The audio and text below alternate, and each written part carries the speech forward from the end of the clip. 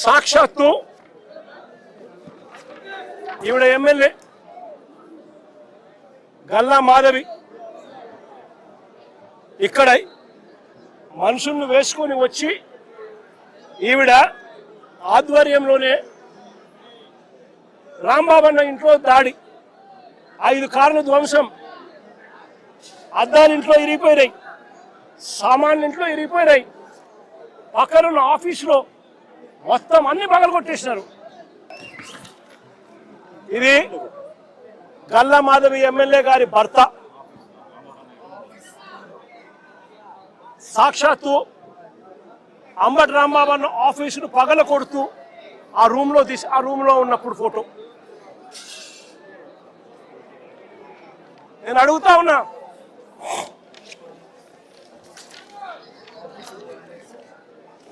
అంబటి రాంబాబు అన్న ఆఫీసును కాలుస్తా ఉన్న ఫోటో